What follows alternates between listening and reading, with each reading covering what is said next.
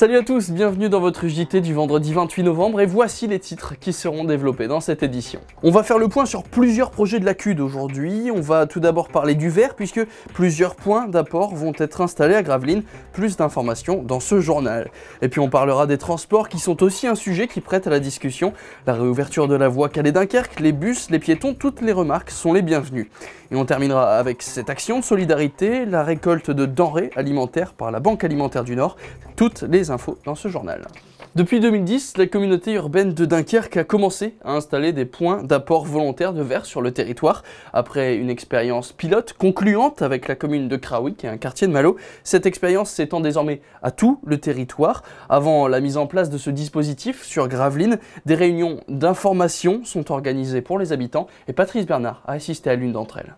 La population est invitée à changer ses habitudes de tri du verre avec l'apparition de nouveaux points d'apport volontaires. Jusqu'alors, le verre était récolté en mélange avec d'autres déchets recyclables, mais cela entraîne plusieurs difficultés. Les verriers aujourd'hui nous disent que le verre qu'on leur apporte est de mauvaise qualité. Pourquoi ? Parce qu'il est collecté avec les autres déchets. Directement lié à ça aussi, les collectivités perçoivent de la part des éco-organismes et notamment éco-emballage des subventions. Et ces éco-organismes nous disent que si désormais on ne fait pas une collecte séparée du verre seul, ces subventions ne seront pas forcément conservées au niveau des collectivités. Et autre point, au niveau des taux de captage, dans les autres régions, en moyenne, on capte 15 kg de plus que sur la communauté urbaine de Dunkerque, où il y a de la collecte en apport volontaire, donc d'où notre souhait aussi de changer notre mode de collecte. En tout, ce sera 32 points d'apport volontaire qui seront disséminés sur la commune de Gravelines de la manière la plus stratégique possible. Les premiers points d'apport volontaire vont être mis en place à la mi-décembre. Le tout sera précédé d'une campagne de communication pour sensibiliser la population. Depuis la mise en place de la bleue, la consigne à l'usager, c'était déposer votre verre dans la poubelle bleue. Aujourd'hui, la consigne, elle va être de se rendre jusqu'au point d'apport volontaire pour y déposer tous les emballages verts. C'est pas une obligation, c'est comme le vote, c'est pas une obligation, mais là, c'est si les gens veulent vraiment participer au recyclage, la poubelle bleue sera toujours ramassée quand même, mais en essayant de récolter moins de verre dedans. Tout ça lié aussi à une campagne de communication au porte-à-porte auprès de chaque usager pour expliquer les diverses consignes, et on distribuera aussi dans chaque foyer un sac dédié à la collecte du verre pour aider l'usager à effectuer ce nouveau geste écologique. Les prochaines réunions publiques sur la séparation du verre se dérouleront le 4 décembre à 18 h à la maison de quartier du Pont-de-Pierre et le 9 décembre à 18 h à l'ancien cinéma Merlin. On va rester avec les projets de la CUD, mais on va parler cette fois-ci des transports, puisqu'à 2 semaines de la réouverture de la ligne Calais-Dunkerque, ce sujet est très sensible. Un reportage de Philippe Delaune. Repenser la mobilité à l'échelle de l'agglomération, mieux organiser le territoire afin de faciliter la vie des habitants, développer les transports en commun, la pratique du vélo, tout cela fait partie de la politique déplacement voulue par les élus communautaires du Dunkerquois. Et en termes de déplacement, ils font face à un défi. Permettre à chacun d'être mobile tout en favorisant les pratiques les plus économes et les plus durables. La mobilité influe fortement sur nos modes de vie et c'est pour débattre de tous les modes de transport et de toutes les formes de déplacement que cette réunion publique était programmée. Une concertation qui permet de connaître la vision des habitants, qu'ils soient piétons, cyclistes, automobilistes ou usagers des transports en commun, de connaître leur quotidien, de leur donner la parole. Une volonté donc de construire ensemble, mais on peut se poser la question, peut-on contenter tout le monde ? Il n'y avait pas de mécontents ni de contents ce soir. Il y a des gens qui s'exprimaient sur leur mode de déplacement et les constats qu'ils font. Et voilà, c'est du bon sens bien souvent. Quand un habitant nous dit, moi de Rosendal à Malo, c'est pas très loin, il met 50 minutes de bus. C'est le même problème qu'un grand Saintois qui doit aller se former par exemple au centre de l'AFPA à Petite-Sainte, qui doit passer par la gare de Dunkerque avant de repartir à Petite-Sainte. Il met aussi 50 minutes.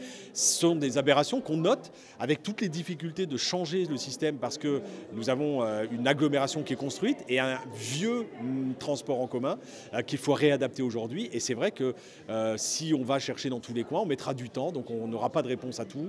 Voilà, c'est difficile pour nous d'apporter des réponses et de contenter tout le monde, mais on va essayer de contenter la plus grande partie possible des habitants de l'agglomération. Si vous désirez donner votre avis sur ce sujet, des réunions publiques sont programmées jusqu'au 19 décembre dans 8 autres villes de l'agglomération. Pour connaître le calendrier, rendez-vous sur le www.dk-mobilité.fr. Et sachez que des réunions à ce sujet, il y en aura une le 3 décembre à Bourbourg et une autre le 11, cette fois-ci à Gravelines. Plus d'informations sur le site www.dk-mobilité.fr. Et on termine ce journal avec cette information. Ce week-end, la Banque alimentaire du Nord va récolter des denrées dans toute la région. Plus d'informations tout de suite avec Bernard Kurzarski, le responsable de l'antenne de la Banque alimentaire de Dunkerque et de ses environs. Dans tous les supermarchés, à Intermarché, depuis on collecte le vendredi, samedi, le jeudi, vendredi, samedi. Dior, on collecte le vendredi et le samedi. Lidl le vendredi et le samedi. Et Super U Grand Fort, on collecte le vendredi, jeudi, vendredi, samedi. Tous les denrées alimentaires non périssables à long terme et on les retransmet, tout part par camion à la Banque alimentaire à Gravelines, de Dunkerque, lundi, normalement le lundi. Et on a également la collecte à domicile qui se passe le samedi après-midi à Petit-Fort, qui est effectuée par des jeunes. Ça démarre à 14 h et c'est fini vers 16 h 30. Donc ils font toutes les maisons de Petit-Fort-Philippe, accompagnés d'un adulte. Ces denrées sont collectées et stockées dans notre magasin à Dunkerque, dans notre local, et ces denrées sont principalement tout ce qui est non périssable et longue date vont être distribuées tout au long de l'année jusqu'à la prochaine collecte l'année prochaine 2015.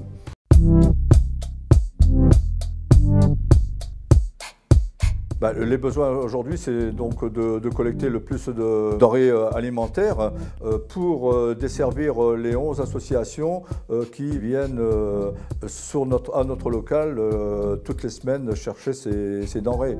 Par mois, nous distribuons à ces 11 associations environ plus de 4000 parts de denrées. Une part correspond à environ 7 à 10 kilos de marchandises. Voilà, c'est la fin de ce journal. Merci à tous de l'avoir suivi. N'oubliez pas que vous pourrez retrouver ce programme ainsi que tous les autres tout au long du week-end puisqu'ils vont être rediffusés. Vous pouvez aussi les retrouver sur notre site internet www.deltatv.fr ou alors sur notre page Facebook Delta TV. Le prochain JT, quant à lui, c'est donc lundi. Très bonne soirée à tous et bon week-end sur Delta TV.